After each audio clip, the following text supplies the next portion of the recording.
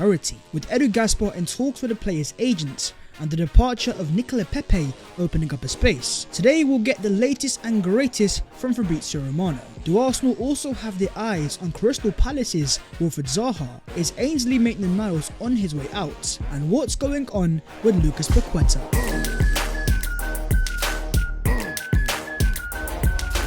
Yo, what is going on, guys? My name is Babs14 and welcome back to your boys channel.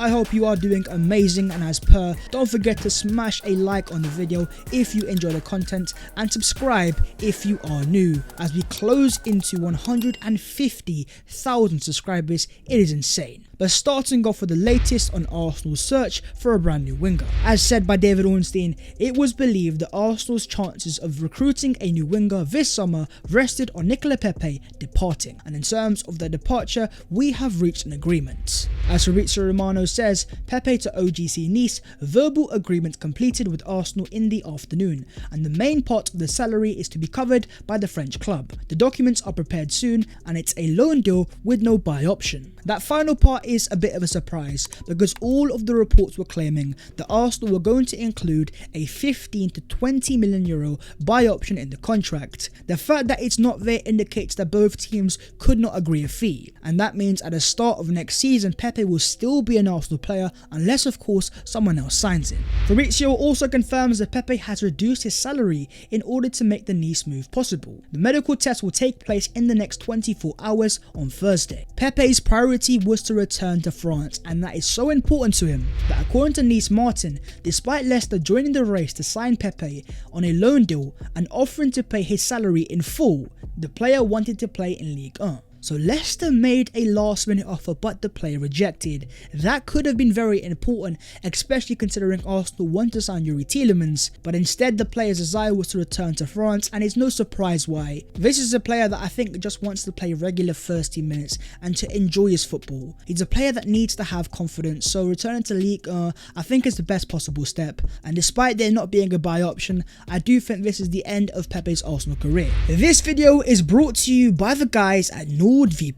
A brand new season of football is upon us, and I'm sure that you guys want to watch. But it isn't always easy, especially when you're watching from different countries around the world. So here's where NordVPN comes in clutch. Using their app on any of your devices, with a simple click of a button, you can change your virtual location to any country of your choice that is shown in the game. This feature is also amazing for stuff like Netflix or Amazon Prime. So for those of you that haven't been able to access the Arsenal All or Nothing documentary in your country, NordVPN should sort you out. The fastest VPN on the market, it also keeps you safe by blocking intrusive and malicious ads with their threat protection. And your boy has got you guys an exclusive deal where you can get NordVPN with a gargantuan discount. And all you have to do is go to nordvpn.com/Babs14. The link is at the top of this video description, so don't waste any time and get yourself some NordVPN.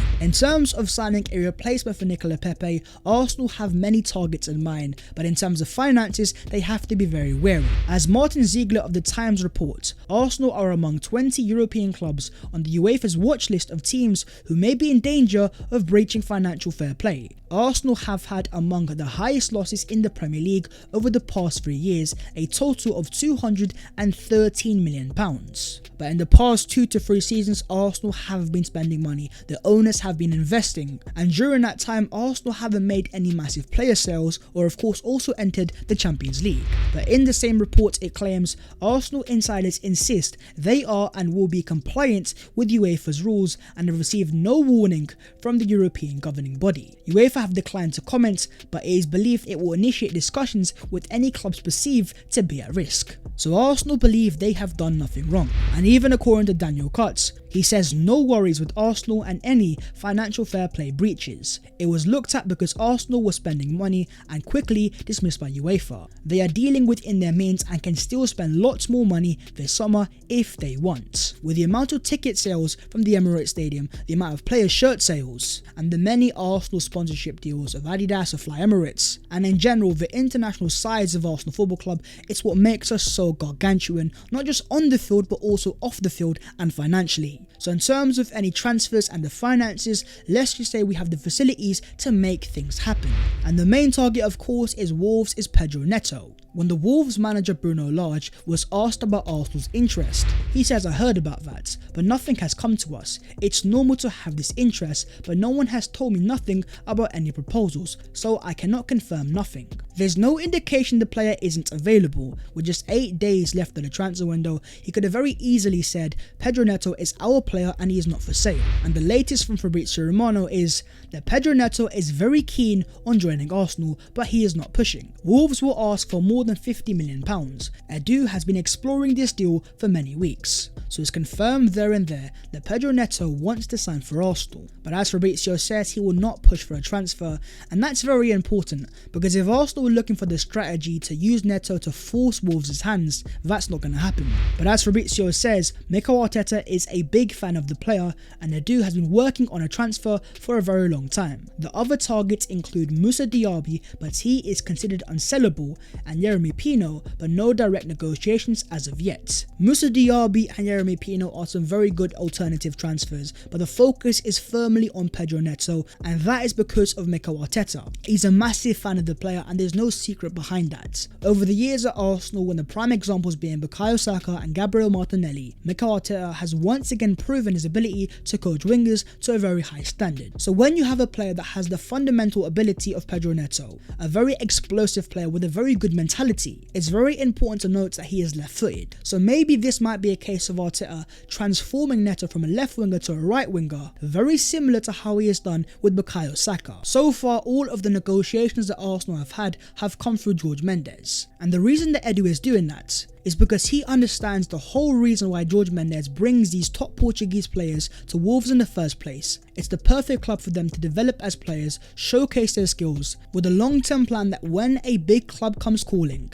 just like Arsenal Football Club, and the player wants to transfer, it is the job of Jorge Mendes to make that transfer happen. And in terms of Neto and Arsenal, it's worth pointing out this has been a long time coming. In fact, back in 2017, Arsenal had a reported €15 million bid rejected by his club Braga for a 17-year-old Neto. Over 5 years in the making, when our manager was still Arsene Wenger, Arsenal have always appreciated Pedro Neto, and now under Arteta, they see him as the perfect player to come into the club for the short term, the medium term, and the long term. The next step for Arsenal is to open official negotiation with Wolves, as right now all the contacts are going through an intermediary. According to Dean Jones on Football Terrace, he says the likes of Neto and Yeremy Pino are not the only two names that Arsenal are looking at. In the background, there's Wilfried Zaha. That deal is not moving forward at the moment, but Zaha is definitely one of those who ticks those boxes. Wilfried Zaha is a player that is entering the final year of his Crystal Palace contract, and in the past few weeks, the likes of Fabrizio Romano have confirmed he could be available for £25 to £30 million.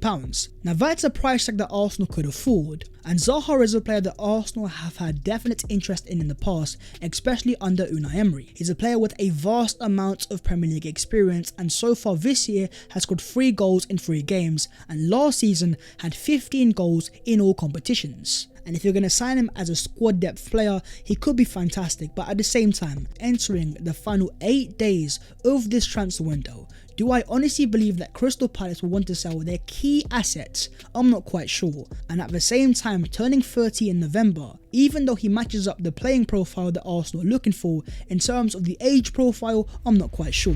Moving on to the latest in midfield. And let's start off with a potential departure of Fofty, aka Ainsley Maitland-Niles. As Fabrizio Romano says that Southampton are pushing to sign Ainsley Maitland-Niles. Talks are now in progress with Arsenal on a loan with a buy option, as his current Arsenal deal also includes an option to extend until 2024, and Southampton are insisting to beat the competition of 2 more clubs. Even though Maitland-Niles is in the final year of his Arsenal contract, as Fabrizio points out, Arsenal have this automatic option to extend his contract by 1 year, meaning that Arsenal would be able to make it a 2-year contract, and that would give us a massive hand in negotiations. with there also being a fair amount of clubs that want to sign him. With a bit of decent negotiations, Arsenal can very easily go to Southampton and ask for a decent amount of money. Well, let's talk Lucas Paqueta. According to Risa Simplicia of Goal Brazil, Arsenal have showed interest in Paqueta and even talked to Lyon at the beginning of the window, but ruled out formalising a proposal in the business model suggested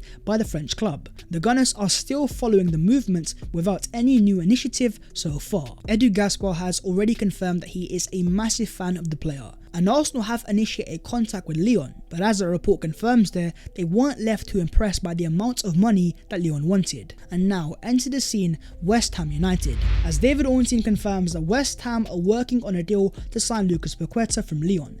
A bid worth €40 million has been made, and even though no agreement, talks are advancing over a fee and personal terms for the 24-year-old Brazil international midfielder. So West Ham want to sign Lucas Paqueta and have put forward a very decent offer, but even though talks are advancing, according to L'Equipe, Lyon have rejected a bid worth €50 million including bonuses for the player, and that the French club wants €60 million.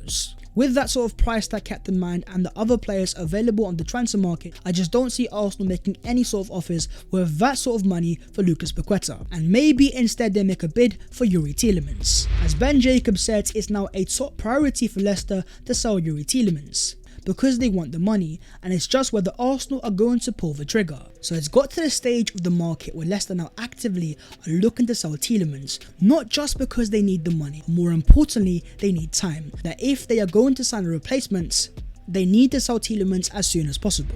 Ben Jacobs also says that Arsenal would prefer to pay £23 to £25 million, with Leicester wanting 30 to 32. That is a sort of gap in valuation. Arsenal are in no rush, and the longer they leave it now, the more they drive the price down. This is why Arsenal have refused to make an offer so far. They want to get the price down as much as they possibly can, because they understand they have all the power in negotiations. The player doesn't want to stay at Leicester, he won't extend his contract. He's made it clear that his priority is to move to Arsenal, and it looks like the plan is working. According to a reliable source in Belgium, it's expected that Leicester will drop their price tag for Tielemans to make a transfer possible. Arsenal are most interested, and the player is calm as he knows he's in a strong position to get a move. Right now, the likes of Xhaka are performing, and with the likes of Fabio Vieira, Smith Rowe on the bench, there's no urgent need to sign Tielemans. But as we enter the final week, we also enter the finale of the Tielemans transfer saga. And is he going to be an Arsenal player, and is the master plan of reducing the price tag going to work? These next few days are going to be decisive. Moving on to the other Arsenal news today, and starting off with the draw for the Carabao Cup, as Arsenal have drawn Brighton at home in the third round. It's not going to be an easy game, and Brighton have had a very good start to the season, but with that being a cup game, it might be the perfect opportunity for Arsenal to give a first start to Fabio Vieira and give minutes to other players like Emil Smith-Rowe, Eddie Nketiah. At the Emirates Stadium, Arsenal are the firm favourites, and this year in the Carabao Cup, it's something that personally I want to win. Hull City have announced the official signing of Arsenal youngster Salah Eddin on a season-long loan with an option to buy. Now that final part is a massive surprise, because Salah Eddin was one of Arsenal's most exciting youngsters. The fact that Arsenal have given Hull the option to buy the player indicates they don't see the player as in the long-term plans of Arsenal Football Club. Let's now talk about ex-Arsenal captain and player Pierre-Emerick Aubameyang, as according to Gerard Romero, Aubameyang is set to complete a transfer to Chelsea. The price tag is £15 to £20 million, and even though Arsenal are not involved in the transfer, having an ex-Arsenal captain go to Chelsea is of course very controversial. Even though it wasn't the best ending, I loved Auba during his time at the Emirates Stadium. He scored so many goals and gave me so many good memories. I'm not sure how this affects his legacy, because if he goes to Chelsea and flops there, then maybe Arsenal fans won't care. But if he goes to Chelsea and he scores goals for fun and helps them improve, then maybe Arsenal fans will have some different opinions. So let's have a discussion down below in the comments. What are your honest thoughts on Aubameyang going to Chelsea? But that is the video there, so hopefully you guys have enjoyed. And if you have, don't forget to smash a like and subscribe if you are new. And don't forget to check out NordVPN down below in the description. But that was today's episode of the Transfers FC, and as we enter the final days of the window, do Arsenal have a few more signings up their sleeves? We're gonna have to wait and see. But until then, take care of yourselves and in a bit.